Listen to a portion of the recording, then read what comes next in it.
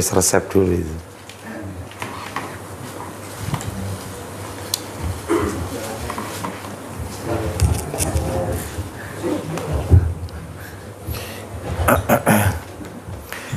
Bismillah.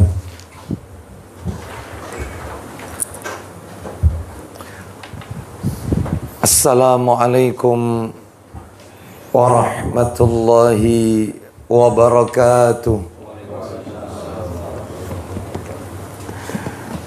Alhamdulillah hamdan katsiran tayyiban mubarakan fi kama yuhibbu rabbuna wa yarda. Wa ashhadu an la ilaha illallah wahdahu la syarika lah. Wa ashhadu anna Muhammadan abduhu wa rasuluh. Ya ayyuhalladzina amanu taqullaha haqqa tuqatih wa la tamutunna illa wa antum muslimun. Amma ba'du, fa inna asdaqal hadisi kitabullah wa khairal hadi hadi Muhammadin sallallahu alaihi wasallam wa syarral umuri muhdatsatuha wa kullu muhdatsatin bid'ah wa kullu bid'atin dhalalah wa kullu dhalalatin finnar. Ikhwan wa akhwati fillah, bapak-bapak, ibu-ibu, kaum muslimin dan muslimah, jamaah majelis taklim Al-Fat yang semoga dimuliakan oleh Allah Subhanahu wa taala. Kepada sahibul bait, semoga Allah Subhanahu wa taala melimpahkan karunia rahmat dan barakah pada keluarga dan kediaman beliau. Tidak ada kata yang patut kita ucapkan di sore hari ini melainkan rasa syukur kita kepada Allah Subhanahu wa taala atas segala karunia nikmat yang telah Allah berikan kepada kita, yang tentunya kita tidak akan pernah mampu, tidak akan pernah bisa menghitung-hitung nikmat tersebut, karena begitu banyak yang telah Allah berikan kepada kita. Di antaranya yang kita rasakan pada sore hari ini, nikmat Allah Subhanahu wa taala mempertemukan kita tetap dalam rangka talabul ilmi, menuntut ilmu. Semoga langkah kaki kita, niat kita untuk menuntut ilmu di sore hari ini semuanya tercatat. Assalamualaikum. Semuanya tercatat di sisi Allah sebagai pemberat timbangan amal kebajikan kita kelak di yaumil mizan. Bapak Ibu rahimani wa rahimakumullah, sore hari ini kita akan melanjutkan pembahasan kita sebagaimana yang kita telah sepakati. Kajian kita di Majelis Taklim Al-Fat di Ahad pekan pertama ba'da asar, materinya membahas kitab yang ditulis oleh Imam Az-Zahabi rahimahullah, yaitu kitab Al-Kabair. Kitab yang di dalamnya berisi tentang dosa-dosa besar. Kajian kita yang terakhir bulan yang lalu, kita telah menuntaskan muqaddimah dari kitab tersebut. Sehingga hari ini kita akan memasuki isi daripada buku tersebut, yaitu dosa besar yang pertama. Dosa besar yang ke-1 adalah menyekutukan Allah Azza wa Jalla alias syirik. Menyekutukan Allah alias syirik. Ini yang kita bahas pada sore hari ini. Baik Bapak Ibu sekalian, rahimani wa rahimakumullah. Sebelum kajian ini kita mulai, maka perlu Bapak Ibu ketahui, setiap kajian kita membahas kitab Al-Kabair, selalu kajiannya kita bagi menjadi 2 bagian. Selalu begitu. Seperti hari ini membahas syirik. Kalau memang materi tentang syirik, dosa besar pertama ini tuntas, berarti bulan depan yaitu sihir yang nomor 2 itu selalu kita bagi 2 juga. Apa itu?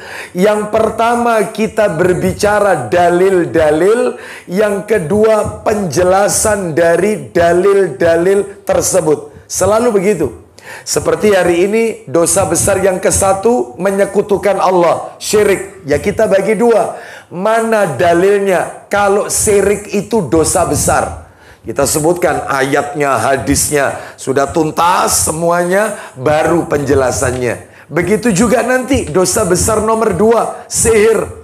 Mana dalilnya sihir itu dosa besar? Ayat Qur'annya, hadis nabinya. Lalu yang nomor 2, penjelasannya. Begitu seterusnya.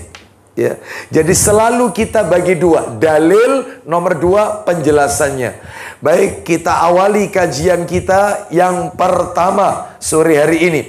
Dosa besar ke-1 menyekutukan Allah alias syirik. Kita bagi 2. Yang pertama kita bahas dalilnya. Mana dalil yang menunjukkan syirik menyekutukan Allah itu termasuk dosa besar. Yang kedua, penjelasan dari dalil-dalil tersebut. Nah itu materi yang nomor 2. Baik, kita awali terlebih dahulu Bapak Ibu sekalian. Yang pertama, dalil-dalil. Dalilnya banyak Bapak Ibu. Dalilnya yang menunjukkan syirik itu termasuk dosa besar banyak. Di antaranya 1. Nah ini baru dalil dulu ya. Dalil yang pertama adalah firman Allah di dalam Al-Quran surat An-Nisa. Kita dengarkan surat nomor 4 An-Nisa. Ayatnya ayat yang ke-48. An-Nisa ayat 48. Kita dengarkan. Allah Ta'ala berfirman. An-Nisa 48. Volume ayat, volumenya bisa dikeraskan nanti ya. Ya baik, kita coba ini. Allah berfirman. An-Nisa 48. Inna Allah la yaghfiru an yushraka bihi wa yaghfiru ma duna dhalika liman yasha. Wa man yushrik billahi faqad iftara ithman 'azima. Baik, ya. Agak naik lagi karena di sini kelihatan ini rendah sekali. Ya, lagi. Ya, cukup. Baik. Kita ulang lagi Bapak Ibu sekalian, An-Nisa ayat 48. Dalil yang menunjukkan menyekutukan Allah alias syirik termasuk dosa besar. Allah berfirman, Inna Allah la yaghfiru an yushraka bihi wa yaghfiru ma duna dhalika liman yasha. Wa man yushrik billahi faqad iftara ithman 'azima. Silakan terjemahannya. Sesungguhnya Allah tidak akan mengampuni dosa karena mempersekutukannya syirik. Ya, tetapi dan Dia mengampuni apa dosa yang selain syirik itu bagi siapa yang Dia kehendaki. Allah Subhanahu wa taala tidak mengampuni dosa syirik, tetapi Allah mengampuni dosa selain syirik. Lu coba bayangkan, dosa zina masih ada ampunannya, dosa mencuri masih ada ampunannya, dosa makan riba masih ada ampunannya, dosa durhaka kepada orang tua masih ada ampunannya, syirik nggak ada ampunannya. Jelas ini ayatnya. Terus lanjut. barang siapa mempersekutukan Allah, alias syirik berarti, maka sungguh dia telah berbuat dosa yang besar. Jelas sekali. Barang siapa yang menyekutukan Allah alias syirik, maka dia telah berbuat dosa yang besar. Baik. Allah sendiri yang mengatakan syirik itu dosa besar. Allah yang mengatakan. Ya. Baik, ini dalil yang pertama, Bapak Ibu sekalian. Dalil yang kedua yang menunjukkan syirik termasuk dosa besar. Dalil yang kedua adalah Quran surat Al-Maidah, surat nomor 5, ayatnya 72. Al-Maidah ayat 72. Mari kita dengarkan. Surat nomor 5 Al-Maidah ayatnya 72. Allah berfirman, kita dengarkan. Laqad kafara alladhina qalu inna Allaha huwal Masih ibn Maryam wa qala al-Masih ya bani Israil a'budu Allaha rabbi wa rabbakum innahu man yushrik billahi faqad harrama Allahu alayhi al-jannata wa ma'wahu an-nar wa ma'wahu an-nar wa ma lil-zalimin min ansar. Silakan. Sungguh telah kafir orang-orang yang berkata sesungguhnya Allah itu dialah Al-Masih putra Maryam. Nah, perhatikan Bapak Ibu sekalian. Allah sendiri yang mengkafirkan mereka, bukan kita. Makanya jangan ragu-ragu mengkafirkan mereka yang mengatakan Isa itu sebagai Tuhan. Mereka yang mengkultuskan Isa sebagai Tuhan. Itu Allah sendiri yang mengatakan. Coba saya bacakan ulang ya. Sungguh telah kafir. Siapa memangnya yang divonis oleh Allah kafir? Orang-orang yang berkata sesungguhnya Allah itu dialah Al-Masih putra Maryam. Itu divonis kafir oleh Allah.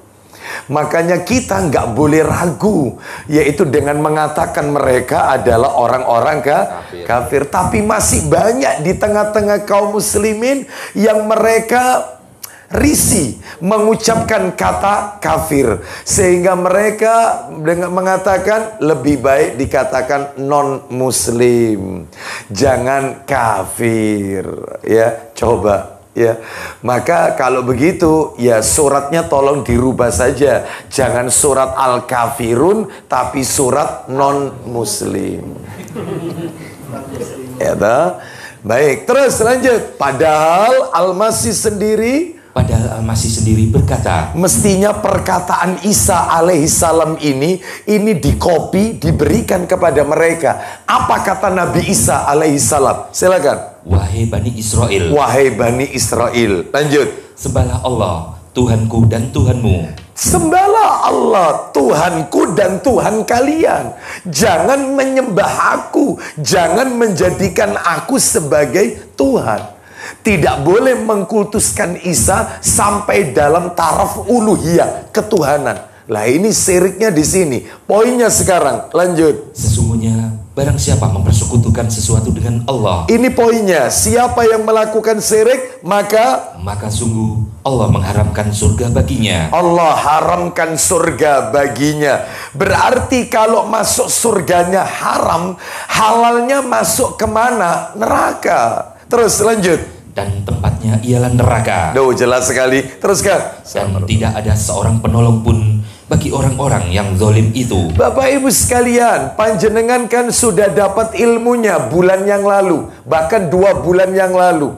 Sesuatu itu masuk kategori dosa besar, ya, apabila memenuhi beberapa kriteria kan? Kalau tidak salah, ya kan? 1, kalau pelakunya itu mendapatkan ancaman laknat atau kutukan, itu termasuk dosa besar. Nomor 2, kalau pelakunya mendapatkan ancaman neraka, itu termasuk dosa besar. Nomor 3, kalau pelakunya mendapatkan hukuman dunia, kisos, rajam, cambuk, ya, kafarot, denda, itu termasuk dosa besar. Makanya mencuri, berzina, itu dosa besar karena ada ancaman hukuman di dunia. Kan itu yang sudah kita dapatkan. Termasuk ayat yang baru kita dengarkan. Orang yang menyekutukan Allah, Allah haramkan surga. Lalu di situ jelas tempatnya ialah neraka. Berarti syirik dosa besar. Karena ada ancaman neraka. Tuh, ya. Baik. Kita lanjutkan lagi dalil yang lain yang menunjukkan menyekutukan Allah alias syirik termasuk dosa besar. Dalil yang ketiga ini ya, yang ketiga. Lah ini agak horor ini. Dalil ketiga.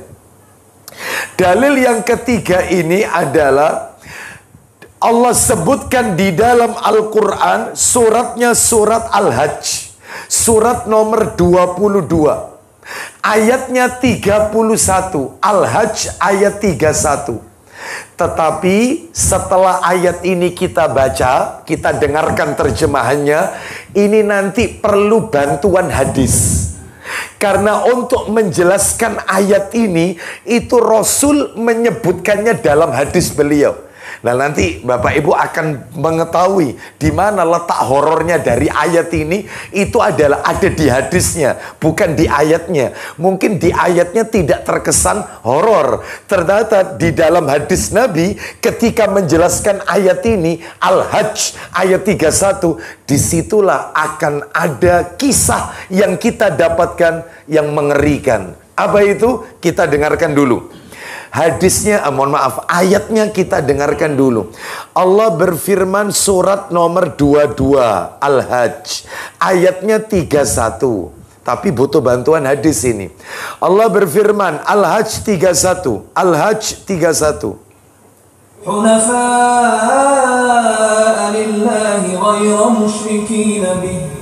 وَمَنْ يُشْرِكْ بِاللَّهِ فَكَأَنَّمَا خَرَّ مِنَ السَّمَاءِ فَتَخْطَفُهُ الطَّيْرُ أَوْ تَهْوِي بِهِ الرِّيحُ فِي مَكَانٍ سَحِيقٍ. Na'udzubillah. Silakan. Beribadalah dengan ikhlas kepada Allah tanpa menyekutukannya. Allah memerintahkan untuk mentauhidkan Allah. Dan Allah melarang kita melakukan perbuatan syirik, menyekutukannya. Terus poinnya. Barang siapa menyekutukan Allah alias syirik berarti. Lanjut. Maka seakan-akan dia jatuh dari langit lalu disambar oleh burung atau diterbangkan angin ke tempat yang jauh. Orang yang melakukan perbuatan syirik, menyekutukan Allah, maka dia yaitu seakan-akan disambar oleh burung atau diterbang, jatuh dari langit disambar oleh burung. Ini maksudnya apa? Makanya butuh hadis. Kita dengarkan coba Sahih Targhib wa Tarhib jilid 6. Jilid 6. Nah, minta tolong dibuka nomornya 3558. Silakan Abu Hurairah. Sahih Targhib wa Tarhib STWT ya. Sahih Targhib wa Tarhib jilid 6 3558 ya, 3558. Sambil saya carikan yang saya download ini. Nah, baik, 3558 35 dari Al-Bara' bin Azib. Betul, Al-Bara' bin Azib. Coba dicari poin 13E. Panjang memang. 13E. Nah, di situ. Silakan dari Al-Bara'. Ayo, panjang. Dibaca dulu depannya. Nanti saya tunjukkan bagian mana yang perlu dibaca. Silakan. Ayo. Dari Al-Bara' bin Azib radhiyallahu an, dia mengatakan, Ya. kami keluar bersama Nabi sallallahu alaihi wasallam. Stop. Ya, kami keluar bersama Nabi. Ini ceritanya Nabi ketika memakamkan jenazah. Yaitu terus kemudian Nabi menceritakan tentang proses keluarnya ruh itu dari jasad sampai ke liang lahat. Nabi menceritakan baik jasadnya orang mukmin maupun ruh dan jasadnya orang kafir. Jadi hadisnya panjang Bapak Ibu, ini panjang. Saya persingkat aja, nanti pada poinnya saya tunjukkan. Nabi menceritakan bagaimana proses keluarnya ruh dari jasad orang mukmin dan proses keluarnya ruh dari jasad orang kafir alias pelaku syirik. Coba langsung dibuka halaman 329. 329. Ketemu? 329. Apa sama kira-kira ya? 329. Yang barang siapa mersekutukan Allah. Ya, betul. Allah dia jatuh dari langit. Kemudian ruhnya dikembalikan ke jasadnya. Terus naik ke atas. Alinea terakhir, dan sesungguhnya hamba yang kafir ketika hendak berpisah dengan dunia menuju akhirat. Alinea paling bawah kalau di downloadan saya. Dan sesungguhnya hamba yang kafir apabila dia hendak berpisah, 13E ya. 13E Iya, 13E ya. 13E ya. 13E. Ya. Ya. Baik. Sesungguhnya hamba yang kafir. Nah, betul. Ya. Ayo ketemu sudah. Silakan dari situ kita dengarkan proses keluarnya roh dari jasad orang-orang kafir, orang-orang musyrik. Silakan. Dan sesungguhnya hamba yang kafir ketika hendak berpisah dengan dunia menuju akhirat, Maka para malaikat turun kepadanya dari langit. terus Wajah mereka hitam kelam. terus Mereka membawa kain kafan yang kasar. terus. Mereka duduk darinya sejauh mata memandang. Duh, sebentar, kok itu dikatakan para malaikat? Iya, Bapak Ibu. Jadi orang itu kalau mau meninggal dunia, maka yang datang pertama kali adalah para pembantunya malaikat maut. Mereka lah yang mencabut nyawa ruh seorang mukmin atau ruh seorang kafir dari telapak kaki naik ke lutut. Ruh dari lutut naik, ruh itu ke pinggul atau pinggang. Dari situ naik ke dada. Dari dada naik ke sampai ke kerongkongan. Nah, ketika ruh itu sudah sampai di kerongkongan, maka datanglah sang eksekutornya, yaitu malakul maut. Oh, jadi orang itu kalau meninggal, itu yang mencabut awal sampai akhir bukan malakul maut. Bukan. Yang mencabut awal itu pembantu-pembantunya malaikat maut. Dari telapak kaki sampai ke kerongkongan. Makanya yang paling sakit itu ruh kalau sudah sampai di kerongkongan. Sampai-sampai Allah berfirman, kalau tidak salah di surat Al-Qiyamah, kalla idza balaghatit taraqi wa qila man raqa. Apabila nafas sudah mendesak di kerongkongan dan dia pada saat itu tahu kalau hari itu dia akan berpisah. Sakitnya itu kalau sudah di kerongkongan, Bapak Ibu sekalian. Nah, kita lihat ya. Jadi para malaikat ini datang lebih dahulu. Mereka membawa kain kafan yang berbau busuk. Karena yang akan meninggal orang kafir, jasad musyrik, pelaku kesirikan. Baik, lanjut terus kemudian, silakan. Kemudian malaikatul maut datang hingga duduk. Nah, Kepalanya. eksekutornya datang berikutnya. Yang pertama itu pembantunya dulu. Baru ketika ruh sudah di kerongkongan, sang eksekutor yang turun. Ya, eksekutornya turun, yaitu malakul maut. Terus kemudian lanjut. Saya mengatakan, Apa kata malaikat maut kepada jasad ini? Silakan. wahai jiwa yang jelek, Wahai jiwa yang jelek. Terus. keluarlah menuju kemurkaan Allah. Rasulullah SAW bersabda, Silakan. maka ruh itu pun bercerai-berai di dalam jasadnya. Nah, ruh itu ketika ditarik oleh malaikat maut, ketika sampai di kerongkongan, ruh itu bercerai-berai, Bapak Ibu sekalian. Loh, kenapa memangnya Pak? Kenapa memangnya Ustadz? Baik, saya akan tunjukkan satu ayat. Malaikat maut itu kalau mau mengeluarkan ruhnya orang kafir, pelaku kesirikan, itu teknisnya ada. Ada teknisnya. Coba dibuka surat 47. Yang tadi Sahih Targhibnya hentikan dulu. Kita pengen tahu teknis malaikat mengeluarkan ruhnya orang kafir. Ruhnya orang yang melakukan perbuatan syirik. Surat 47 ayatnya 27. Surat 47 ayatnya 27. Ya, mudah diingat ya. Surat 47 itu surat Muhammad. Ayatnya 27 juga. Allah Ta'ala berfirman. Kita dengarkan.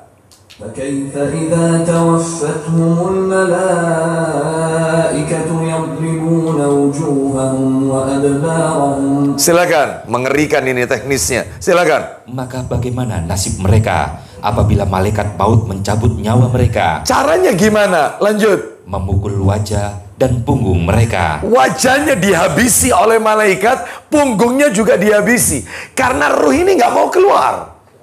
Jadi itu caranya untuk mengeluarkan ruhnya orang kafir. Beda kalau ruhnya orang beriman, Bapak Ibu. Itu kalau baca hadisnya tadi, kembali ke Sahih Targhib yang awal, itu Nabi mengabarkan ruhnya orang beriman itu kalau dicabut, diibaratkan kata Rasulullah seperti air yang mengalir dari mulut teko. Lancar, enak. Tapi ruhnya orang kafir beda. Dia nggak mau keluar dari jasad. Begitu ditarik, dicabut, nggak mau keluar. Sehingga caranya, teknisnya, mukanya dihabisin, punggungnya dihabisin. Dipukul, bertubi-tubi. Harus keluar. Ya. Nah, jadi dipaksa. Lanjut, teruskan. Silakan. Jalan cerita Sahih Targhib. Silakan. Ayo. Maka ruh itu pun bercerai-berai di dalam jasadnya. Terus. Lalu malaikat maut mencabutnya seperti mencabut besi bercabang dari wol yang basah. Nah, jadi pencabutannya keras. Diibaratkan seperti seekor kambing yang dikuliti hidup-hidup. Seperti dalam riwayat yang lain disebutkan, seperti seseorang yang disabet dengan 100 kali sabetan pedang, lalu lukanya disiram dengan cuka. Seperti itulah perihnya, pedihnya, sakitnya sakaratul maut. Tapi roh kafir, roh munafik, roh musyrik yang tidak beriman kepada Allah, mereka yang wafat dalam keadaan su'ul khatimah, na'udzubillah min dzalik. Ya ini caranya, seperti itu sakitnya. Terus lanjut, begitu roh itu keluar, silakan. Malaikat maut mencabutnya. Apabila dia sudah memegangnya, maka para malaikat itu tidak membiarkannya di tangan malaikat maut meski hanya sekejap. Begitu roh itu sudah di genggamannya malakul maut, dipegang, pembantu-pembantunya malaikat maut yang datang lebih awal itu tidak mau membiarkan ruh itu berlama-lama di tangannya malaikat maut. Maka mereka segera mengambilnya, dimasukkan ke dalam kafan yang mereka bawa tadi itu, yang berbau busuk. Karena yang meninggal bukan orang mukmin. Ini beda kalau yang meninggal orang mukmin, itu ceritanya di depan. Ini kan sesuai materi kita Bapak Ibu tentang syirik. Lanjut, teruskan. Ayo. Hingga mereka meletakkannya di atas kafan yang kasar itu. Nah, terus lanjut. Kemudian menebar darinya bau busuk. Bau busuk, terus. Seperti bangkai yang paling busuk di muka bumi. Lanjut. Para malaikat itu membawanya naik. Mereka tidaklah melewati sekelompok malaikat, melainkan pasti mereka mengatakan, ruh siapakah yang jelek ini? Rohnya diangkat, dinaikkan ke atas. Jasadnya masih di Sidoarjo, ruhnya naik ke atas, dibawa ke atas. Maka seluruh penghuni langit berkata, mahada ruhul khabis. Ruhnya siapa yang bau busuk ini? Maka dikatakan oleh si malaikat pembawa ruh itu, silakan. Pembantunya malakul maut, silakan. Mereka para malaikat pembawa mayit menjawab, silakan. Fulan bin Fulan. Terus. Dengan menggunakan namanya yang paling buruk di dunia. Fulan bin Fulan, Fulana binti Fulan. Namanya terjelek yang ada di muka bumi ini disebut oleh malaikat. Terus kemudian. Sampai kemudian mereka tiba di langit dunia. Langit dunia. Ruh itu sampai langit dunia. Ternyata pintu di langit dunia nggak mau buka. Karena ruh ini ruhnya orang jelek. Lanjut, teruskan. Maka dimintalah agar dibukakan untuknya, namun tidak dibukakan. Baik, lo berarti tiap langit itu ada pintunya, Ustadz. Iya. Bukankah Bapak Ibu kalau baca surat An-Naba, juz amma, awal kan surat An-Naba, surat nomor 78, kan ada ayat yang berbunyi, wa futihatis sama'u fakanat abwaba wa suyyiratil jibal, dan seterusnya kan. Apabila pintu-pintu langit sudah dibuka, setiap langit itu ada pintunya Bapak Ibu. Adapun ruhnya orang musyrik, ruhnya orang kafir, malaikat tidak mau membuka pintu itu. Terus datang penyeru. Silakan.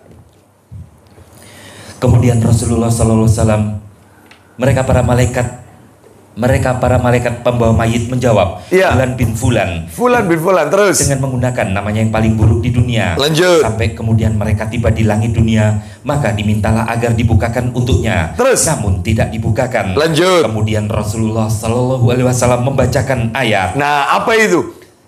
Surat Al-A'raf ayat 40. Baik, teruskan aja. Nanti akan ketemu Al-Hajj yang panjenengan baca di awal tadi. Ketemu nanti surat Al-Hajj. Lanjut.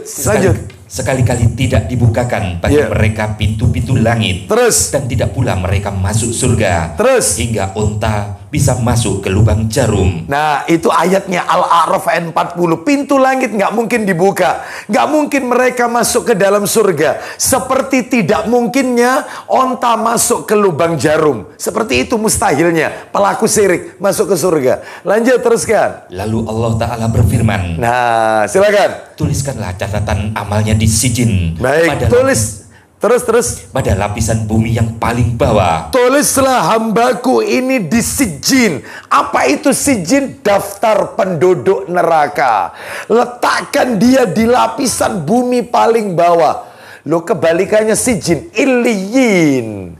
Itu bagi orang beriman yang matinya husnul khotimah. Itu Allah berfirman juga. Tapi tidak di langit pertama orang beriman itu. Itu kalau lihat ceritanya ya. Jadi di awal-awal itu ceritanya itu. Orang beriman itu sampai ke langit ke-7. Jadi ruhnya diangkat, setiap pintu itu dibuka sampai ke langit ke-7. Jenazah masih di Surabaya, jenazah masih di bumi. Ini ruh itu sudah ke langit ke-7. Lalu Allah berfirman, tulislah hambaku ini di Iliyin, daftar penduduk surga, Bapak Ibu. Itu mudah-mudahan kita termasuk yang ini, mudah-mudahan. Lah ini sijin, nggak langit satu aja nggak lewat, ya ditutup pintunya. Bahkan dikatakan, yaitu tulislah dia di dalam sijin, daftar penduduk neraka. Teruskan, lanjut. Lalu ruhnya dicampakkan. Terus. Kemudian Rasulullah Shallallahu Alaihi Wasallam membacakan ayat. Nah, ini yang tadi kita baca. Ruhnya dicampakkan. Surat apa? Surat Al-Hajj ayat 31. Itu yang panjenengan catat tadi. Artinya apa? Barang siapa mempersekutukan sesuatu dengan Allah, Ya. maka seolah-olah dia jatuh dari langit, lalu disambar oleh burung, atau diterbangkan angin ke tempat yang jauh. Jadi ruhnya orang kafir ini, Bapak Ibu musyrik, itu dilempar oleh malaikat dari langit sampai nunggu jenazah. Jadi nunggu jenazah masuk ke liang lahat dulu. Begitu jenazah masuk ke liang lahat, dimiringkan menghadap kiblat, ditutup dengan papan, diorok dengan tanah, ruh itu dilempar. Dari atas langit, dilempar. Loh, berarti dikembalikan. Kembali, Bapak Ibu. Sebegitupun orang beriman, ruhnya itu dimasukkan lagi ke jasadnya. Masya Allah. Terus didudukkan oleh malaikat. Duduk dia. Di alam barzah ini sudah. Beda ini. Lalu dia berhadapan dengan dua malaikat di hadapannya. Lanjut, teruskan. Jalan cerita berikutnya. Kemudian ruhnya dikembalikan ke jasadnya. Balik ruhnya itu. Dan dikembalikan ke jasadnya. Dan dia didatangi oleh dua malaikat. Lalu mereka mereka mendudukkannya. didudukkan mayit ini. Jasadnya dimasukkan, ruhnya dimasukkan lagi. Lalu ditanya oleh dua malaikat penanya kubur. Satunya mungkar, satunya nakir. Yang kata Nabi dalam riwayat Tirmidzi, kalau nggak salah jilid 1 itu, di Tirmidzi, itu disebutkan matanya seperti kilatan. Yaitu petir matanya. Satu malaikat ini berwarna kebiru-biruan. Malaikat ini. Ya, jadi Bapak Ibu sekalian, ini malaikat penanya kubur. Ya, terus kemudian lanjut. Keduanya mengatakan, siapakah Robmu? Terus Dia menjawab, la adri, la adri. Ya, silakan. aku tidak tahu. Aku tidak tahu. Marrabbuka, la adri. Man nabiyuka, la adri. Wa madinuka, la adri. Siapa Robmu? Siapa nabimu? Apa agamamu? Aku tidak tahu. Bayangkan. Lanjut jalan cerita berikutnya, silakan. Rasulullah Shallallahu Alaihi Wasallam bersabda. Isinya. Kedua malaikat itu berkata kepadanya, mayit, Terus. apa agamamu? Dia menjawab, Aku tidak tahu. Terus Rasulullah bersabda, Iya. kedua malaikat itu berkata kepadanya, mayit, siapakah lelaki ini yang diutus di tengah kalian? Ma hadzal rajulul ladzi bu'itsa fikum. Siapakah laki-laki yang diutus oleh Allah di tengah-tengah umat ini? Ya maksudnya nabi kita. Ternyata mayit menjawab, silakan. Dia menjawab, aku tidak tahu. La adri, aku tidak tahu. Lanjut. Lalu ada penyeru dari langit, Silakan. dia berdusta. Dia berdusta. Lanjut. Maka hamparkanlah tempat tidur dari neraka Hamparkan tempat tidurnya dari neraka. Allah yang menyuruh itu. Terus kemudian. dan bukakanlah untuknya pintu ke arah neraka. Jadi dia ini di dalam kubur, dia sudah tahu adresnya jelasin. Alamatnya. Dia bisa lihat. Terus bau neraka itu sampai ke kubur itu. Bau busuknya neraka itu sudah diciumkan oleh Allah. Inilah tempatmu nanti di akhirat. Sudah dikubur, disiksa dia, nanti bangkit dari kubur tetap masuk ke sana, masuk ke neraka. Ya ini musyrik, pelaku syirik. Lanjut teruskan. Sehingga panasnya dan angin panasnya sampai kepadanya. Panasnya neraka sampai ke kuburnya. Ini belum masuk nerakanya, belum. Terus lanjut. Kuburnya dipersempit Terus sampai tulang-tulang rusuknya bertumpukan. tulang-tulang rusuknya bertumpukan, hancur sudah. Terus kemudian. Kemudian dia didatangi oleh seseorang yang berwajah buruk, Terus berpakaian jelek, Terus? dan berbau busuk. si mayit ini tanya kepada orang ini, man anta? Siapa kamu ini? Maka kata si malaikat ini, si orang ini yang berwajah buruk ini, dia berkata, ana amalukal khabis. Aku ini perbuatan burukmu, aku ini zinamu, aku ini makan ribamu, aku ini durhakamu sama orang tua. Makanya diwujudkan kayak begini. Aku ini judimu, aku ini kezolimanmu kepada saudaramu. Seperti itu. Lalu si mayit ini berkata, ya Allah, jangan datangkan hari kiamat, jangan segerakan kiamat, karena dia khawatir takut tempatnya neraka. Ya, terus lanjut, silakan. Sang pendatang baru mengatakan kepadanya, Iya. bergembiralah engkau dengan sesuatu yang menyusahkanmu. Bergembiralah engkau dengan sesuatu yang kau pasti susah, bakal susah sampai hari berbangkit. Lah yang namanya orang dikubur, ini bukan sehari dua hari. Mereka yang wafat ratusan tahun yang lalu, atau ribuan tahun yang lalu, sampai sekarang, 15 Rabiul Awal, 1 Oktober 2023, belum kiamat. Selama itu mendekam terkungkung dalam kubur. Kita nggak tahu kiamat ini bisa jadi jutaan tahun lagi. Lah kalau itu ndak punya bekal, ya sangat menyengsarakan. Makanya betul Allah berfirman, wa tazawwadu fa inna khairaz zadi taqwa. Berbekalah kalian. Sebaik-baik bekal itu takwa kepada Allah. Itu. Lanjut teruskan. Silakan. Inilah harimu yang dijanjikan dahulu. Sang mayit mengatakan, siapakah engkau? Siapa kau ini? Terus. Tampangmu adalah tampang orang yang datang membawa keburukan. Lanjut. Dia menjawab, Apa kata orang itu? aku adalah amalmu yang buruk. Aku adalah perbuatanmu yang buruk ketika di dunia. Terus, kemudian. Sang mayit mengatakan, Iya. wahai Robku, Jangan datang. janganlah engkau bangkitkan hari kiamat. Jangan kau bangkitkan hari kiamat ya Rabb. Ya, berbeda dengan orang beriman yang datang itu tampangnya, wajahnya, mukanya berseri-seri. Masya Allah, Ya, alhamdulillah. seperti itu yang akan menemani mayit itu sampai nanti hari berbangkit. Amin. Di dalam kubur itu. Baik Bapak Ibu sekalian, ini kisah dari surat Al-Hajj ayat 31. Berapa dalil tadi yang sudah ditulis tadi? Nomor 1 An-Nisa ayat 48. Nomor 2 Al-Maidah ayat 72. Nomor 3 Al-Hajj 31. Berarti masih tiga dalil. Ya, yang tadi sahih targhib tadi itu tambahan aja itu. Hanya untuk memperjelas dalil yang nomor 3. Jadi jangan ditambahkan. Jadi masih 3 dalil ini. Dalil nomor 4. Dalil nomor 4 yang menunjukkan syirik itu termasuk dosa besar. Dalil yang keempat adalah Quran surat Az-Zumar ayat 65. Az-Zumar surat nomor 39, Az-Zumar ayatnya 65. Al-Quran surat Az-Zumar ayatnya 65. Allah Ta'ala berfirman, kita dengarkan. ولقد أوحي إليك وإلى الذين من قبلك لئن أشركت ليحبطن عملك ولتكونن من الخاسرين. Jelas sekali. Az-Zumar ayat 65. Silakan. Dan sungguh telah diwahyukan kepadamu dan kepada nabi-nabi yang sebelummu. Apa itu? Sungguh, jika engkau menyekutukan Allah Alias syirik, maka niscaya akan hapuslah amalmu. hapus amalannya, dihapus. Dan tentulah engkau termasuk orang-orang yang rugi. berarti syirik itu penghapus amalan, Bapak Ibu sekalian. Ya, seluruh amal solehnya dihapus oleh Allah. Lah kalau orangnya tobat, Ustaz, terus kemudian dia berubah menjadi orang yang baik, mentauhidkan Allah, syiriknya ditinggalkan, apakah yang dihapus itu dikembalikan lagi? Tidak. Hilang, selesai.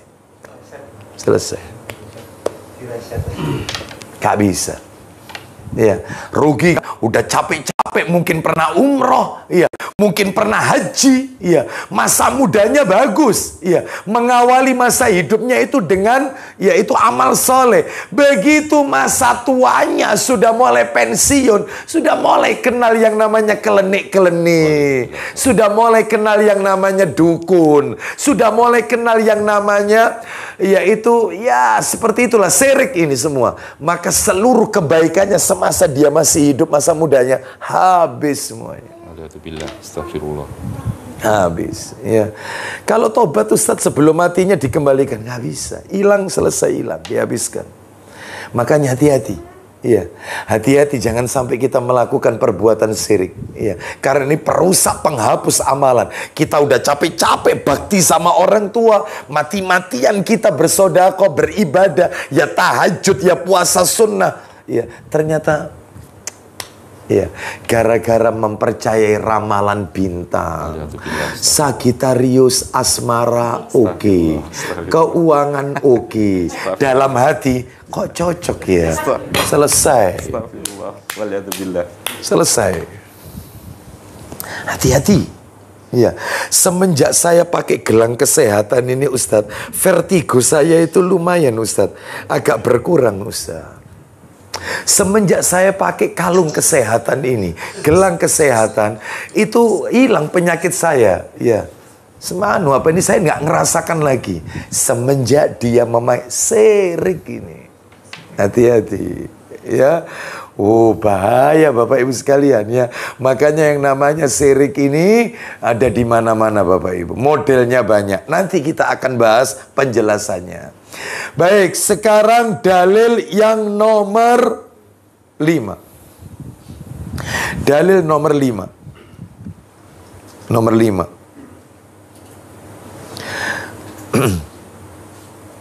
Dalil yang nomor 5 adalah hadis Nabi.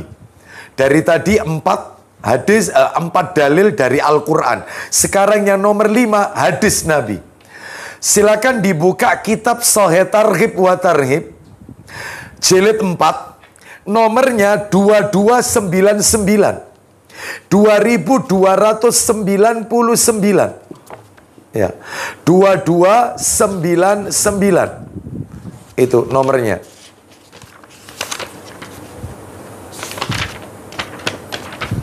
Ya, 2299. Ya, Dari Abu Bakar. dari Abu Bakar, betul. Silakan dibaca. Dari Abu Bakar radhiyallahu an, dia menuturkan. Ya, Langsung dibaca, Ustaz. silakan. Dari Abu Bakar, ia menuturkan, kunna inda Rasulillahi sallallahu alaihi wasallam faqala. Silakan. Kami pernah berada di sisi Rasulullah Sallallahu Alaihi Wasallam. Lalu beliau bersabda, ala unabbiukum bi akbaril kabair. Silakan. maukah aku kabarkan kepada kalian tentang dosa-dosa besar yang paling besar? Nabi saat duduk bersama para sahabat, Nabi melontarkan pertanyaan kepada para sahabat, maukah kalian aku beritahukan, aku tunjukkan dosa besar yang paling besar? Ini sudah besar, paling besar, dedengkotnya dosa. Apa kata para sahabat waktu itu? Silakan. Beliau mengucapkan 3 kali. Beliau mengucapkan 3 kali. Apa itu dosa yang paling besar? 1. Al-isyraku billah. Silakan. Mempersekutukan Allah. Syirik. Ini dedengkotnya dosa ini. Dosa besar, paling besar. Sudah besar, ini yang paling besar. Nih ya. Terus nomor 2, wa uququl walidaini. Silakan. Durhaka terhadap kedua orang tua. Oh, banyak durhaka, modelnya banyak durhaka kepada orang tua itu, ya. Gak kita bahas sekarang, modelnya banyak. Kalau tidak salah kata para alim ulama, ciri anak durhaka itu ada 20. Ada 20 ciri anak itu masuk kategori kurang ajar, durhaka dengan orang tua. Mulai dari menghina orang tua, membodoh-bodohi orang tua dengan mengatakan papa mama ini gaptek, abi ini jadul, ketinggalan zaman. Itu termasuk durhaka itu. Ya, suka motong pembicaraan orang tua, belum kelar langsung main potong aja, dan seterusnya banyak-banyak. Memperbudak orang tua, ya, tidak mau menemani orang tua pada saat dibutuhkan. Jadi kalau orang tua sakit, dia lebih senang menyuruh sopirnya nganterkan orang tuanya daripada dia sendiri yang nganterkan. Saya yakin orang tuanya pasti kecewa. Dulu nak kamu ketika sakit ndak peduli panas, nggak peduli hujan, ibu singen terokok nak. Sekarang ibu loro, sopirmu singon kongkon. Jelas, ini anak durhaka ini. Ya, seperti itu. Banyak, ada 20 cirinya anak durhaka itu. Ini baru beberapa saya sebutkan. Kita lewati aja ya. Jadi nomor 1 yang paling besar, dosa paling besar, syirik. Yang nomor 2, durhaka dengan orang tua.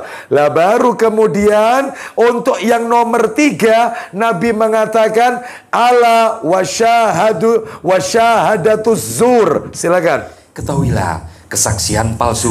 Jadi nomor 3 adalah kesaksian palsu. Wa qauluz zur. Silakan. Dan ucapan palsu. Ucapan dusta, ucapan palsu. Ini termasuk dosa besar ini. Ya, kesaksian palsu. Apa ini? Ucapan dusta ini. Wa kana muttaqian fajalasa fama zala yukarriruha hatta qulna laitahu sakata. Silakan. Pada saat itu, beliau bersandar lalu duduk. Stop.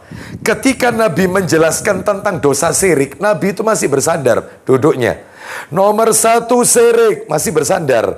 Nomor 2 itu durhaka kepada orang tua, masih bersandar. Begitu menjelaskan yang nomor 3, tegak duduknya. Ala wa qauluz zur, sumpah palsu, ucapan palsu, kesaksian palsu.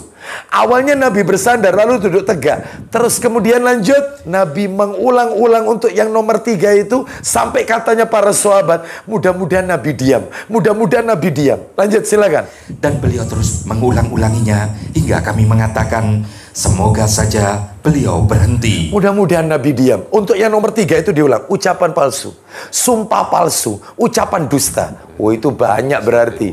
Makanya Nabi memberikan penekanan, mulai dari untuk melariskan barang dagangan pakai sumpah palsu. Tuh, mulai dari tidak jujur di persidangan. Karena apa? Karena yang disidang itu masih karib kerabatnya. Nggak boleh. Adil itu harus kepada siapa saja. Sekalipun itu memberatkan orang tuanya misalnya. Orang tuanya salah ya katakan salah. Nggak boleh dusta ini. Sebab kalau dusta, dosa besar paling besar ini. Sekalipun itu merugikan keluarga kita atau merugikan kita sendiri. Nah itu ya, sampai seperti itu. Wong Nabi pernah bilang apa? Khusus untuk masalah pencurian. Kan ceritanya dalam hadis Bukhari itu ada wanita bangsawan mencuri. Lalu kemudian para sahabat nggak mau melaporkan kepada Rasul. Enggan. Karena yang mencuri ini wanita bangsawan, wanita terhormat. Akhirnya Nabi mendengar bahwasanya wanita ini mencuri, wanita bangsawan ini. Lalu kemudian Nabi SAW berkata kepada para sahabat, kaum-kaum sebelum kalian, umat sebelum kalian dibinasakan oleh Allah lantaran kalau ada orang kaya mencuri, mereka tutup mata. Tapi kalau yang mencuri orang miskin, mereka tegakkan keadilan. Jadi hukumnya seperti pisau, tajam ke bawah, tumpul atasnya. Terjadi tidak di negeri kita? Sahih. Kalau yang korupsi orang top, oh menang udah. Sahih. Begitu yang pencuri ayam, oh digebuki sampai mati itu. Sahih. Sampai mati. Mutawatir. Ini kata Nabi ini. Ya. Apa kata Nabi? Umat-umat sebelum kalian itu dibinasakan oleh Allah. Terus Nabi bersabda, "Lau anna Fatimah binta Muhammadun saraqat laqata'a Muhammadun yada." Andai kata putriku, putri Muhammad Fatimah mencuri, jangan orang lain. Aku bapaknya yang akan memotong tangan anakku sendiri. Ya ini namanya adil. Makanya Islam itu tidak pandang bulu. Siapapun pelakunya tetap dapat hukuman. Ya, nggak kaya, nggak bangsawan, kalau salah tetap salah. Nah itu ya, Islam ini agama adil Bapak Ibu. Kadang-kadang orangnya, oknumnya yang tidak adil itu ya, pilih kasih, tebang pilih hukumnya. Baik, kita lanjutkan. Ya, itu dosa besar yang paling besar. Dalil nomor 6, dalil nomor 6. Dalil nomor 6 itu dalam kitab Sahih Targhib wa Tarhib. Hadis Nabi lagi nih, dalil nomor 6. Sahih Targhib wa Tarhib. Nomornya 2436. Riwayat Bukhari, Muslim, Abu Dawud dan An-Nasa'i itu. Nomor 2436. 2436. Ya, silakan dibaca dari Abu Hurairah radhiyallahu an. Orangnya ada di sini, silakan. Namanya saja sama, silakan. Ayo. Dari Abu Hurairah radhiyallahu an, bahwasanya Rasulullah sallallahu alaihi wasallam telah bersabda, Ijtanibus sab'al mubiqat. Silakan. jauhilah 7 perkara yang membinasakan. Jauhi 7 dosa yang bisa membinasakan. 7 dosa. Tadi kan 3. 3 itu kan syirik, durhaka sama orang tua, sama kesaksian palsu. Atau tuduhan dosa, apa ini? Ya, perkataan sumpah palsu. Lah ini tidak, ada 7, lebih banyak ini. 7 dosa yang membinasakan. Ijtanibus sab'al mubiqat. Ya. Terus qila ya Rasulullah wa mahunna. Silakan. Ditanyakan kepada beliau, wahai Rasulullah, apa sajakah dia? Apa saja 7 itu? 7 dosa yang membinasakan. Ya, apa itu? 1, asyirku billah. Beliau menjawab, mempersekutukan Allah. Itu nomor 1. Syirik itu tetap nomor 1 terus pokoknya. Dari tadi nomor 1. Ya. Terus yang kedua, wasihru. Silakan. Sihir. Nah, makanya di buku Imam Ad-Dhahabi itu, yang Pak Fatul punya itu kalau lihat daftar isinya, setelah syirik nomor 2 itu sihir. Ya sesuai urutan ini. Sesuai urutan ini hadisnya soalnya. Itu, dilihat daftar isinya. Betul Pak Fatul ya. Nomor 2 sihir. 1 syirik, sekarang kita bahas syirik. Yang nomor 2 kalau materi tuntas, itu menginjak ke sihir. Nah itu ya, kita lanjutkan lagi. Jadi nomor 2 wasihru. Nomor 3 wa qatlun nafsil lati harramallahu illa bil haqq. Silakan. Membunuh jiwa yang diharamkan Allah kecuali dengan alasan yang benar. Nomor 3 apa Pak Fatul? Nomor 3 sihir, nomor 2 Membunuh. Membunuh orang lain. Nomor 2 membunuh, nomor 3 sihir. Ya, jadi hampir berurutan lah. Baik. Jadi nomor 3 menghilangkan nyawa orang lain. Bapak Ibu sekalian. Nah ini. Terus yang nomor 4, ya, kecuali kalau membunuhnya itu memiliki alasan yang kuat yang dibenarkan oleh syariat. Lu memangnya ada Ustadz membunuh yang diperbolehkan? Ada. Saya pernah nyampaikan ini, membunuh yang dihalalkan. Dan itu yang melakukan eksekusinya, ulil amri eksekutornya. Bukan kita. Kita tidak punya hak. Contohnya siapa? Yang mereka darahnya halal, ditumpahkan. Oh banyak. Kalau tidak salah ada 12 orang. Salah satunya murtad, orang yang keluar Islam. Itu darahnya halal, tapi bukan kita yang melakukan. Ulil amri. Yang nomor 2, orang yang melakukan perbuatan kaumnya Nabi Lut alaihissalam, menyukai sesama jenis. Itu dua-duanya harus dibunuh. Terus diantaranya yang ketiga, orang yang menyetubuhi hewan. Orangnya sama hewannya harus dibunuh, kata Rasulullah. Terus yang terakhir kalau tidak salah, orang yang menghina Rasulullah, mencaci maki menghina Rasul. Iya. Itu. Maka ini banyak yang kayak begini. Itu kalau ditegakkan betul, banyak yang bergelimpangan Bapak Ibu sekalian ya. Itu ya. Itu ya. Ini ulil amri yang melakukan, ulil amri bukan kita. Terus nomor 4, wa aklu malil yatim. Silakan. Memakan harta anak yatim. Makan harta anak yatim. Anak yatim cuma sekedar dijadikan address, alamat saja. Ternyata hartanya dimakan sendiri sama pengurusnya. Yang nomor berikutnya, nomor berapa? 5 ya? 5. Wa aklu riba. Silakan. Memakan riba. Makan riba. Nomor 6, wattawalli yaumaz zahfi. Silakan. Melarikan diri pada saat perang berkecamuk. Oh, melarikan diri. Musuh sudah di depan, dia lari. Pengecut. Itu dosa besar. Itu. Terakhir, wa qadhful muhsanatil ghafilatil mu'minati. Silakan. Dan menuduh wanita-wanita yang baik-baik, yang lengah, lagi beriman, berbuat zina. Menuduh wanita solihah, menuduh wanita yang baik-baik, dituduh melakukan perbuatan mesum, perbuatan serong. Mungkin misalnya seorang janda yang dia harus bekerja untuk menghidupi anaknya. Padahal wanita ini wanita solehah, pandai memelihara kehormatan diri. Dia tidak bermudah-mudahan berinteraksi dengan laki-laki yang bukan mahram. Tetapi dituduh oleh tetangganya. Dia keluar pagi, pulangnya malam. Itu jangan-jangan pekerjaannya. Oh, ini dosa besar loh ini. Tuduhan tanpa bukti. Oh, itu. Hati-hati. Ini masuk ini kategori dosa besar. 7 dosa yang membinasakan. Maksudnya membinasakan Ustadz, maksudnya dosa itu hukumannya disegerakan di dunia. Jadi bukan dikasih nanti di akhirat. Akhirat jelas dapat. Dunia dapat. Ya, disegerakan. Na'udzubillah. Baik, jadi ini dalil yang nomor berapa tadi itu? 6. Dalil ke-6. Sekarang dalil terakhir, dalil ke-7. Hadis Nabi lagi. Jadi kalau begitu totalnya ayat Qur'annya 4, hadis Nabinya 3. Begitu ya. Yang ke-7 adalah Sahih Muslim. Nomor asli. Nomor 2867. Sahih Muslim. Nomor asli. Nomor 2867. Sahih Muslim. Silakan.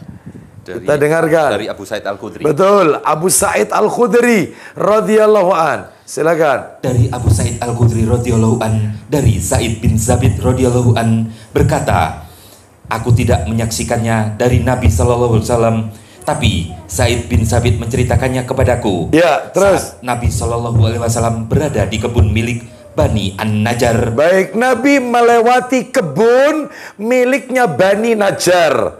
Ternyata keledai yang bukan keledai, bihol. Bihol yang ditunggangi Nabi itu berontak. Bihol itu apa? Bihol itu hasil perkawinan silang antara kuda dengan keledai. Jadi kuda dikawinkan sama keledai, itu anaknya namanya bihol. Terus lanjut, silakan. Beliau menunggangi bihol milik beliau. Terus. Dan kami bersama beliau. Terus. Tiba-tiba bihol menyimpang hingga hampir melemparkan beliau. Nabi hampir jatuh. Ternyata bihol ini yaitu berontak. Ya, kendaraan Nabi ini, bihol ini berontak, hampir Nabi mau jatuh. Ternyata Nabi melihat di kebun itu ada 6 kuburan atau 5 kuburan atau 4 kuburan. Lanjut. Ternyata di sekitar kuburan itu ada 6 atau 5 atau 4 kuburan. Jadi kebun, bukan kuburan. Di kebun itu ada 6, 5 atau 4 kuburan. Terus ternyata lanjut. Dia berkata, ya, seperti inilah yang dikatakan Al-Jurairi. Lalu beliau bertanya. Nah, Nabi bertanya kepada para sahabat begitu lihat ada kuburan di situ. Apa kata Nabi? Man ya'rifu ashaba hadhil akbur. Silakan. Siapa yang mengetahui penghuni-penghuni kuburan ini? Siapa di antara kalian yang tahu mayit ini siapa saja yang dikubur di sini ini siapa? Mereka ini siapa? Lanjut. Seseorang menjawab. Faqala rajulun ana. Silakan. Saya wahai Rasulullah, saya tahu siapa yang dikubur di sini, saya tahu orang-orangnya. Terus Nabi bertanya lagi, famata mata haula. Silakan. Beliau bertanya, kapan mereka meninggal. Maksudnya kapan itu bukan masalah waktu, ini yang ditanyakan. Mereka matinya itu dalam keadaan apa? Mereka meninggalnya itu dalam keadaan apa? Lalu laki-laki itu menjawab, yaitu matu fil isyraq. Silakan. Dia menjawab, mereka meninggal di masa kesyirikan. Nah, mereka ini semua, wahai Rasulullah, matinya ketika melakukan syirik, menyekutukan Allah. Apa kata Nabi? Inna hadhil ummata tubtala fi quburiha falaula an la tadafanu la da'autullaha an yusmi'akum. Silakan. Beliau bersabda, An yusmi'akum min adzabil qabr. Silakan. beliau bersabda, sesungguhnya umat ini diuji di kuburnya. Andai kalian tidak berlarian, niscaya aku berdoa kepada Allah agar memperdengarkan azab kubur pada kalian seperti yang aku dengar. Nah, aku dengar mereka ini sedang diazab oleh Allah dalam kuburnya. Mereka ini semua diazab dalam kuburnya. Berarti pelaku syirik mendapatkan azab kubur. Kesimpulannya itu. Terus Nabi berkata, andai kata kalian sanggup mendengar suara azab kubur, maka akan aku mintakan kepada Allah agar kalian bisa mendengar suara azab kubur ini. Ternyata dalam hal ini Bapak Ibu sekalian, maka Rasulullah SAW bisa mendengar karena diperdengarkan oleh Allah Azza wa Jalla. Dan yang bisa mendengar itu hewan, Bapak Ibu. Hewan itu bisa mendengar suara azab kubur. Dan di antara hewan-hewan itu adalah di antaranya bihol. Buktinya tadi bihol ini hampir berontak sampai Nabi mau jatuh. Kuda itu bisa mendengar. Ya, bihol, kuda, ya beberapa hewan, keledai itu bisa mendengar itu. Saya tanya sama panjenengan sebelum materinya tak lanjutkan, siapa di antara bapak-bapak aja, karena ibu-ibu kan tidak tahu saya, ya. Siapa di antara bapak-bapak sekalian yang bisa mengetahui kenapa, apa alasannya suara azab kubur itu tidak diperdengarkan ke kita? Kenapa panjenengan tidak bisa dengar suara azab kubur? Apa alasannya? Agar keluarga si mayit tidak malu kalau keluarganya kena azab. Iya. Agar keluarga si mayit tidak menanggung malu karena si mayit diazab. Ya, bagus, Masya Allah. Masuk. Alasan yang lain apa? Agar kita tidak takut, merasa ketakutan dalam hidup. Agar kita tidak ketakutan. Wong kita disuruh takut sama akhirat ini. Ya. Itu supaya kita nggak ketakutan, fobi gitu ya. Atau gimana? Karena kalau tidak salah ada hadits atau apa, kalau bisa mendengar azab kubur, kalian tidak akan tertawa di dunia ini. Ya. Jadi andai kata kalian mengetahui apa yang aku ketahui, niscaya kalian akan sedikit tertawa dan banyak menangis. Kan gitu ya? Betul itu kan maksudnya? Bukan, belum. Itu beda, itu babnya beda. Ya. Terus, ayo yang lain. Kenapa kok suara azab kubur itu kita tidak diperdengarkan kepada kita? Nggak diperdengarkan. Ya. Karena manusia yang diminta pertanggungjawaban. Karena manusia yang dimintai pertanggungjawaban. Kalau hewan tidak. Masya Allah. Ya. Baik, kita kasih bocorannya. Rata-rata jawaban bapak-bapak sekalian hampir mendekati. Ya, hampir mendekati. Kita lihat kata para alim ulama. Kenapa siksa kubur itu tidak bisa didengar oleh manusia? Alasannya adalah satu, untuk menutupi aib si mayit. Untuk menutupi aib si mayit. Ya, sebab kalau kita diperdengarkan akhirnya aibnya si mayit terbongkar. Itu satu. Yang kedua, agar keluarga si mayit tidak bertambah sedih. Lah kalau diperdengarkan, orang lain mendengar, pasti orang itu pergi ke keluarganya. Itu loh, keluargamu sedang diazab, ya. Teriak-teriak itu. Kan tambah sedih keluarganya. Sudah kehilangan orang yang dia cintai, kok malah mendengar suara azabnya. Nah, jadi alasan pertama saya ulang, supaya tidak membuka aibnya si mayit. Alasan kedua, supaya keluarga si mayit tidak bertambah sedih. Yang nomor tiga. Ya. supaya tidak mempermalukan keluarga si mayit. Tidak mempermalukan keluarga si mayit. Oh, lawang anaknya itu makanya diazab sehingga menjadi malu keluarganya, ya. Oh lah, itu bapaknya tidak pernah nasihati dan seterusnya, ibunya dan seterusnya, sehingga mempermalukan keluarga si mayit. Itu nomor 3. Kalau tadi yang nomor 2 membuat keluarga sedih, kalau ini mempermalukan. Nomor 4, ya, agar manusia lebih beriman lagi dengan perkara gaib. Karena azab kubur ini gaib, makanya tidak ditunjukkan kepada kita supaya kita lebih beriman. Karena cirinya orang bertakwa itu beriman dengan yang gaib. Dzalikal kitabu la raiba fih hudal lil muttaqin. Kitab Al-Quran ini di dalamnya tidak ada keraguan, sebagai petunjuk bagi orang-orang yang bertakwa. Siapa orang yang bertakwa? Alladzina yu'minuna bil ghaibi, yaitu orang-orang yang beriman surga gaib, neraka gaib, bidadari gaib, malaikat gaib, ya, azab kubur gaib, nikmat kubur gaib. Semua berita Nabi tentang akhir zaman gaib. Turunnya Nabi Isa di akhir zaman gaib, akan muncul Dajjal gaib. Wajib kita imani supaya keimanan kita bertambah. Ya, makanya sengaja tidak diperdengarkan supaya kita menjadi orang yang lebih beriman kepada yang gaib, ya. Terus yang terakhir, ya, yang terakhir, alasan terakhir, ya, alasan terakhir adalah agar, ya, mohon maaf, bukan agar, manusia akan binasa jika mendengarkan suara azab kubur. Nggak akan kuat. Manusia akan binasa jika mendengar suara azab kubur. Nggak akan kuat, Bapak Ibu sekalian. Ya, ini ya, makanya dalam hal ini kita tidak diberikan kemampuan untuk mendengar itu cerita orang-orang yang diazab dalam kubur. Meskipun itu ada upaya memasukkan kamera atau alat rekam ke dalam kubur, maka dalam hal ini perkara gaib, Bapak Ibu. Ini semua dusta ini. Nggak ada yang kayak begini, ya. Nggak ada. Baik. Jadi sekarang kita masuk materi nomor 2, penjelasannya. Penjelasannya dari dalil-dalil tadi.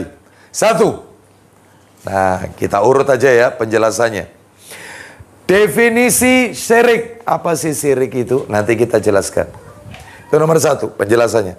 Nomor 2, macam-macam dan perbedaan syirik. Syirik itu macamnya ada berapa, terus apa bedanya? Nah itu. Macam-macam dan perbedaan syirik. Itu nomor 2. Nomor 3. Yang ketiga adalah, kesyirikan yang terjadi di negeri plus 62. Ya. Model-model kesyirikan yang terjadi di negeri plus 62. Ini ya. Yang jelas ini di luar negeri sana. Iya. Kita Sidoarjo dan beliau Kletek. Iya. Kan 031 kita. Ini plus 62, kita nggak tahu. Iya. Sekarang kita bahas 1 definisi syirik.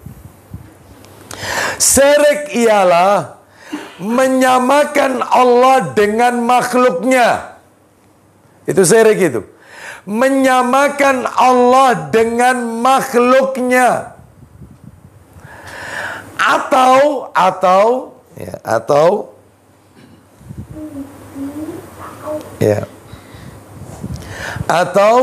menyamakan makhluk dengan Sang Khalik.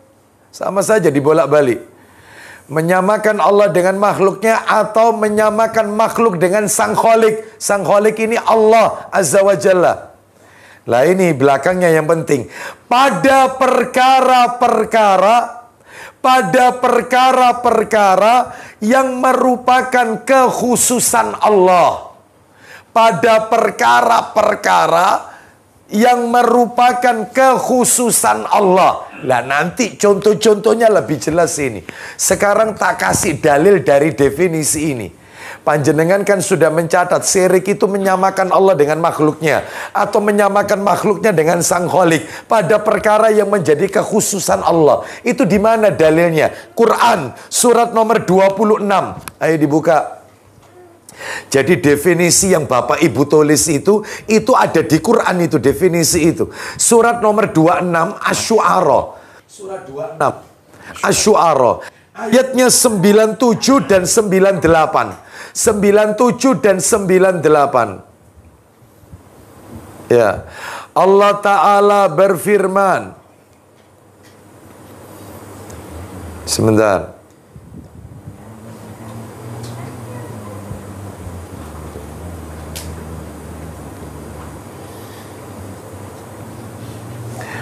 Ya, nggak apa-apa deh, mulai dari belak sebelumnya. Ini ada kisah penduduk neraka ini. Mulai ayat 94 sampai 98. 94 sampai 98. Allah berfirman. Ya. Asy-Syu'ara 94 sampai 98. فَكُبْكِبُوا فِيهَا هُمْ وَالْغَاوُونَ وَجُنُودُ إِبْلِيسَ أَجْمَعُونَ 96. قَالُوا وَهُمْ فِيهَا يَخْتَصِمُونَ 97. تَاللَّهِ إِن كُنَّا لَفِي ضَلَالٍ مُبِينٍ Terakhir. إِذْ نُسَوِّيكُم بِرَبِّ الْعَالَمِينَ. Silakan mulai 94. Maka mereka sesembahan itu dijungkirkan ke dalam neraka bersama orang-orang yang sesat. Nah itu nanti di dalam neraka itu semua yang dia sembah, matahari semuanya yang disembah oleh sebagian orang masukkan semuanya. Ya, berhala-berhala yang pernah dia sembah dimasukkan ke neraka semuanya.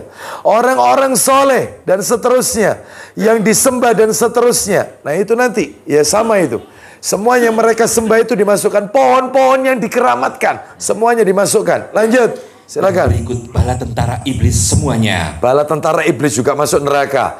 Yang disembah semuanya masuk neraka. Ya, seperti itu. Terus kemudian iblis juga masuk neraka. Lanjut. Mereka berkata sambil bertengkar di dalamnya neraka. Nah, mereka di dalam neraka bertengkar. Ya, gara-gara kamu saya masuk neraka. Gara-gara kon ini. Terus bertengkar di dalam neraka. Lanjut. Demi Allah, Ya. sesungguhnya kita dahulu di dunia dalam kesesatan yang nyata. Kenapa mereka kok sesat? Terakhir. Karena kita membersamakan kamu berhala-berhala dengan Tuhan seluruh alam. Nah, kita dulu di dunia ternyata dalam kesesatan yang nyata. Karena kita mempersamakan Tuhan-Tuhan tersebut, berhala-berhala itu, ya, itu sama dengan Allah Azza wa Jalla. Allah memberi rizki. Ternyata mereka juga mengklaim, mengakui berhala itu bisa mendatangkan rizki. Dan seterusnya. Makanya nanti kita lebih jelas itu masuk di macam-macam syirik. Sekarang kita masuk macam-macam syirik. Syirik itu Bapak Ibu sekalian ada 3. Syirik itu ada 3 modelnya. Model syirik ada 3. Model syirik ada 3. 1. Syirik dalam rububiyah. Syirik dalam rububiyah. Nanti saya jelaskan. Yang penting dicatat dulu. Syirik dalam rububiyah. Itu 1. Yang kedua, syirik dalam uluhiyah. Tuh. Syirik dalam uluhiyah. Yang ketiga, syirik dalam asma wa sifat.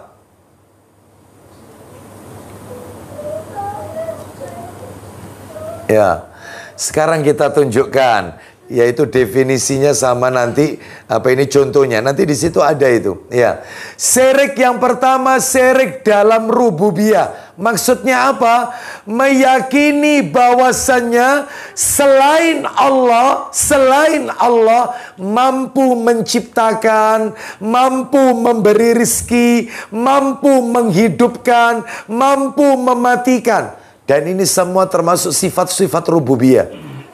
Karena yang mampu ini cuma satu, hanya Allah saja.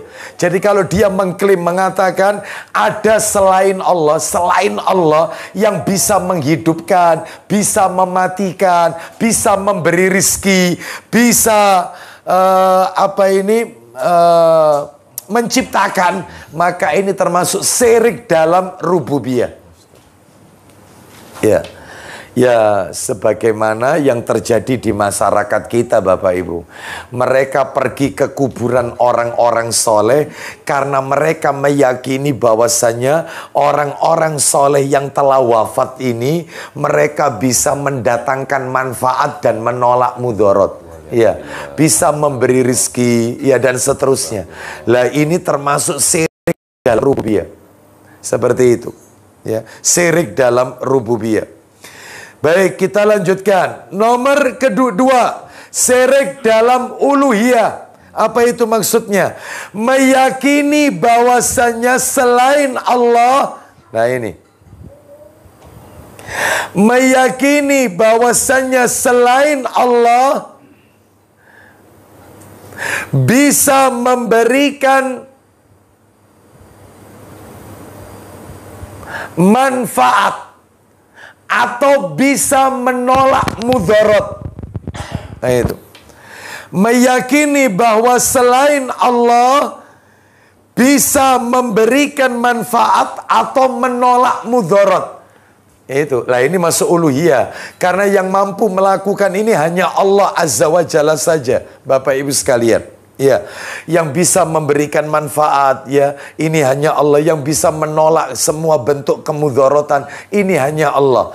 Makanya kalau ada orang yang meyakini bahwasanya dengan pergi ke pohon yang dikeramatkan, seperti kalau di negeri kita ini pohon Dewan Daru, kan nunggu rontokannya, Bapak Ibu. Mereka berkeyakinan kalau dapat rontokannya, kena rontokannya dahan itu, maka dia akan terpenuhi semua hajatnya. Apalagi musim seperti sekarang ini, menjelang pemilihan seperti ini, ya, menjelang pilpres atau tahun politik seperti ini, maka semakin rame tempat-tempat petilasan seperti ini, ya, pohon-pohon yang dikeramatkan, makam-makam yang dikeramatkan, karena mereka berkeyakinan orang-orang soleh itu bisa memenuhi hajatnya. Nah itu. Jadi berarti kalau gitu Fatihahnya itu bukan iyyaka na'budu wa iyyaka nasta'in. Hanya kepadamu kami menyembah ya Allah, dan hanya kepadamu kami mohon pertolongan. Tetapi Fatihahnya itu adalah iyyaka na'budu wa iyyaka, ya, kuburan, ya, wa iyyaka dukun, ya, wa iyyaka dukun nasta'in, dan seterusnya, ya. Maka ini nggak boleh menduakan Allah. Muslim kok mendua? Tapi tolong kata-kata mendua ini jangan ditarik kemana-mana, ya. Ini masa Muslim mendua? Maksudnya Muslim kok mendua? Di sisi lain dia meyakini Allah itu pencipta, pemberi rizki, tapi dia tetap minta kepada dukun, wong pinter. Ya ini namanya Muslim tapi mendua. Dari sisi uluhiyah, syiriknya dari situ. Minta itu hanya kepada Allah saja, jangan kepada yang lain. Baik, nomor 3, syirik dalam asma wa sifat. Apa ini maksudnya? Meyakini bahwasannya sebagian makhluk Allah, meyakini bahwasannya sebagian makhluk Allah memiliki sifat-sifat khusus yang Allah miliki. Ya, seperti Allah kan mengetahui perkara gaib. Hanya Allah yang tahu perkara gaib. Apa yang ada di depan manusia itu hanya Allah yang tahu. Ya'lamu ma baina aidihim wa ma khalfahum. Apa yang belum terjadi Allah Maha tahu. Tapi kalau ada orang yang merasa dirinya mengklaim weruh sadurunge winarah, tahu sebelum terjadi. Dia ini orang-orang pinter yang bisa mengetahui apa-apa yang akan terjadi, alias dukun lah. Black magic, white magic, dukun putih, dukun hitam, sama saja. Paranormal apapun namanya. Ya, seperti itu ya. Maka ini semua termasuk syirik karena dia meyakini bahwasannya ada makhluk Allah yang memiliki sifat-sifat khusus yang Allah miliki, seperti Allah mengetahui perkara gaib dan yang lainnya. Termasuk, maaf Bapak Ibu, ada beberapa ustadz yang seliweran di YouTube, di media sosial. Ustadz ini yang sering kali kita lihat di media sosial, terutama YouTube, yang dia bisa menerka-nerka kapan kiamat itu terjadi. Jadi dia mengatakan kiamat itu terjadi tahun 1500 Hijriah. Sekarang 1444 Hijriah. Berarti kurang 56 tahun lagi akan terjadi kiamat. Makanya kayak begini Bapak Ibu, ini nggak boleh ngikuti kajiannya. Ini jelas syirik. Syirik dalam asma wa sifat.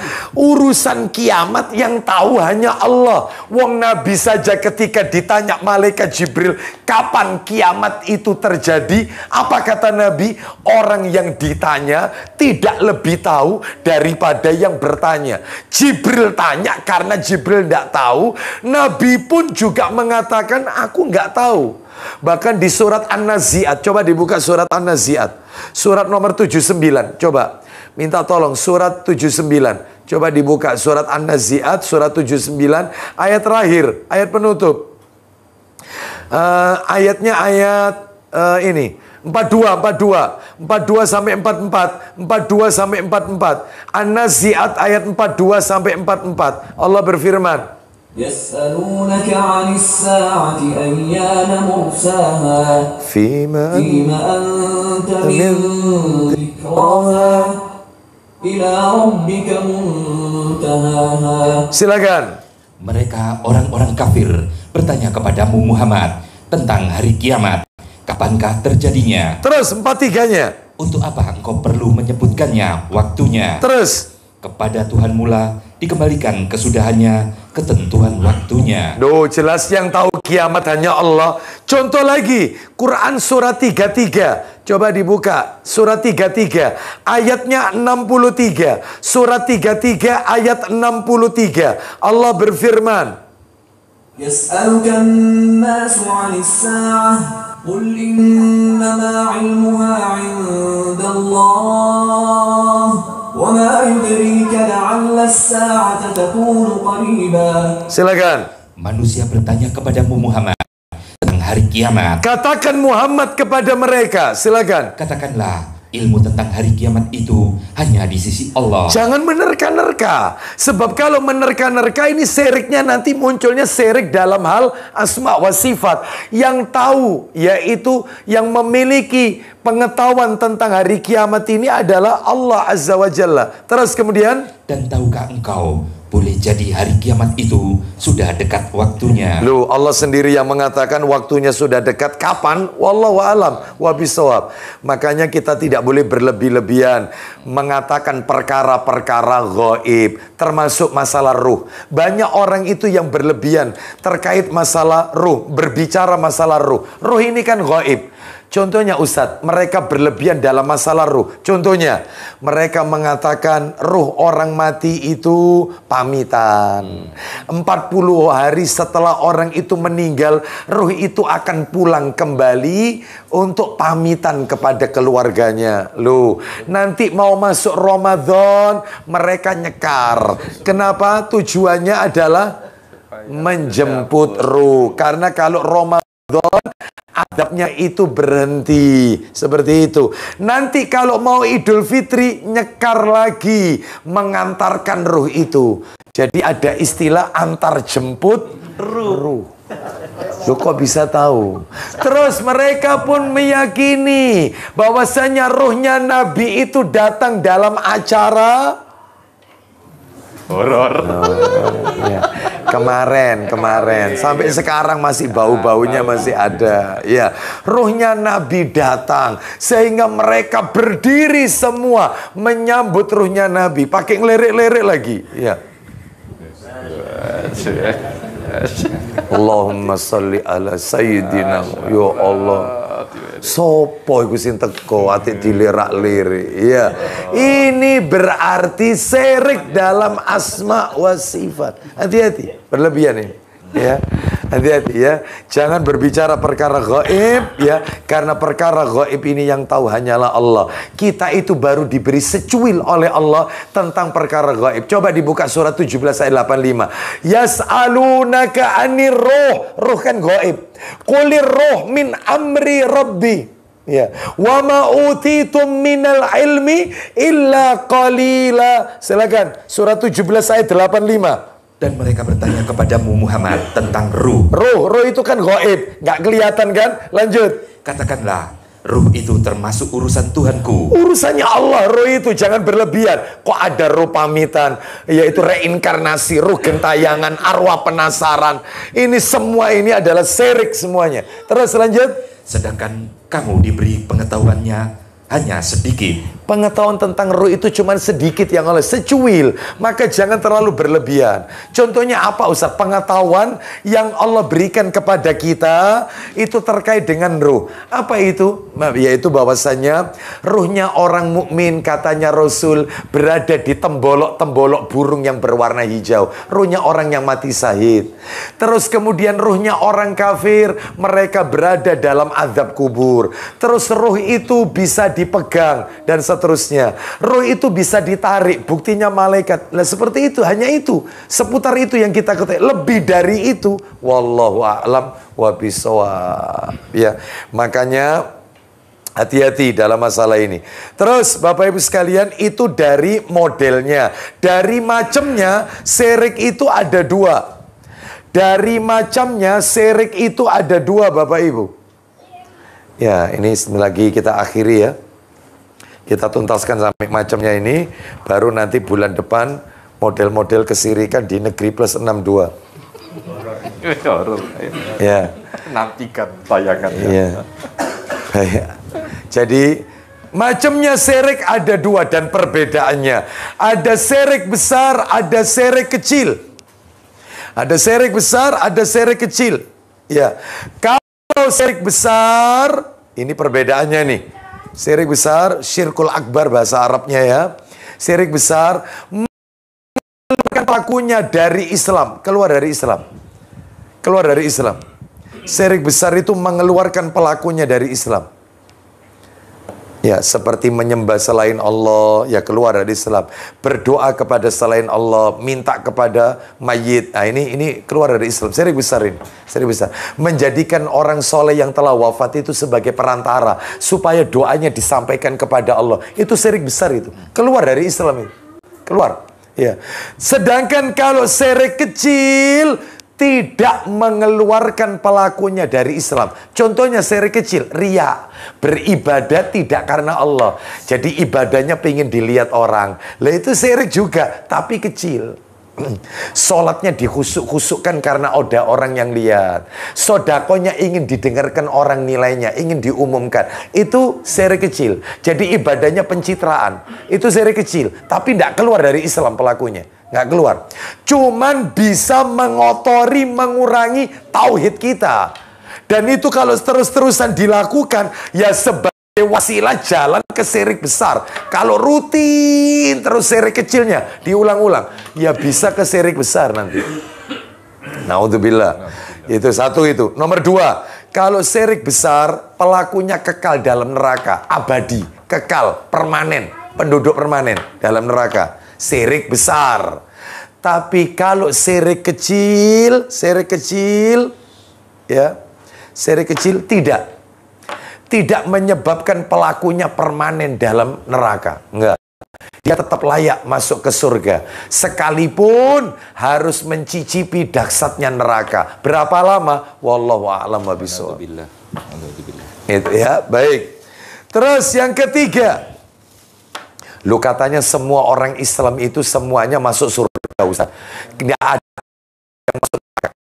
Siapa? Kan Nabi pernah bilang, ada penduduk neraka yang penduduk pertama neraka, yang masuk neraka dulu. Jadi sebelum yang lain masuk neraka, 3 orang ini masuk neraka. Yang pertama orang yang mati syahid. Yang kedua adalah orang yang ahli baca Quran, termasuk ustaz yang menyampaikan isi Quran. Yang ketiga orang kaya raya dermawan. Mereka semua masuk neraka. Bahkan kata Nabi, merekalah orang yang kulitnya pertama kali bersentuhan dengan neraka sebelum penduduk yang lain. Loh, kok bisa mati syahid masuk neraka? Gara-gara ria, ujung-ujungnya ria. Karena dia ketika berperang ingin disebut orang yang gagah berani ketika berperang. Siapa yang tahu hati manusia? Makanya panjenengan mungkin bisa jadi tampilan di hadapan manusia orang berani. Kita tidak tahu hatinya orang.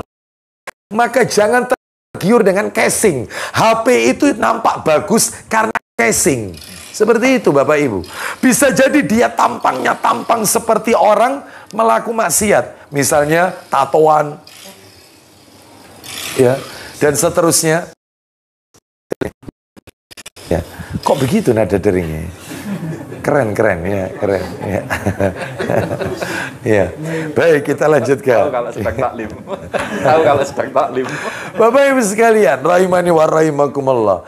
Bisa jadi dia itu tampangnya pelaku dosa, tapi kita tidak tahu, bisa jadi akhir hidupnya dia bertobat kepada Allah Azza wa Jalla, dan tobatnya diterima oleh Allah. Contohnya siapa? Contohnya orang yang bunuh 100 orang. Kan gitu. Awal hidupnya penuh, ternyata akhir hidupnya tobatnya diterima. Loh, makanya jangan suka lihat casing, baru lihat orang tatuan. Koyo angel mlebu surga iki koyo. Neraka model. Nuh, gak bisa. Jangan. Ya, kita ndak tahu hati orang. Bisa jadi dia lebih ikhlas daripada kita yang sudah lama taklim. Loh, coba menjaga hati itu lebih susah daripada melakukan amalan soleh. Seperti itu. Termasuk yang ahli baca Quran tadi, termasuk ustadz. Kita tidak tahu. Mungkin karena gila gelar. Karena mungkin dia ingin disebut qori, ahli baca Quran. Suaranya ingin didengarkan orang. Sehingga dia karena riak masuk neraka. Singkatnya itu, singkatnya. Terakhir, nomor 3. Macam syirik yang ketiga, perbedaan ketiga maksud saya. Kalau syirik besar menghancurkan seluruh amalan. Amalannya dihapus semua. Syirik besar. Hilang semuanya. Amal solehnya, syirik besar. Kalau syirik kecil, yang dihapus itu amal soleh yang ketempelan syirik kecilnya tok. Misalnya, sholat asar tadi, dia terkena riya karena dilihat orang. Zuhurnya lillahi ta'ala. Subuhnya karena Allah. Yang diterima subuh. Asarnya nggak diterima karena terkena ria. Jadi kalau syirik kecil itu yang ketempelan syirik kecilnya aja yang dihapus. Tapi kalau syirik besar totally semuanya dihapus. Wallahu a'lam. Apa yang bisa kami sampaikan semoga menjadi tambahan ilmu yang bermanfaat. Waktunya menjelang maghrib ya. Saya cukupkan sampai di sini Bapak Ibu. Semoga Allah menjadikan kita orang-orang yang mentauhidkan Allah sampai ajal menjemput kita, sehingga Allah wafatkan kita dalam keadaan husnul khatimah. Wassallallahu ala nabiyyina wa ala alihi wa sahbihi wasallam. Subhanakallahumma wa bihamdika asyhadu an la ilaha illa anta astaghfiruka wa atubu ilaik. Wa akhiru da'wana anil hamdulillahi rabbil alamin. Assalamualaikum warahmatullahi wabarakatuh.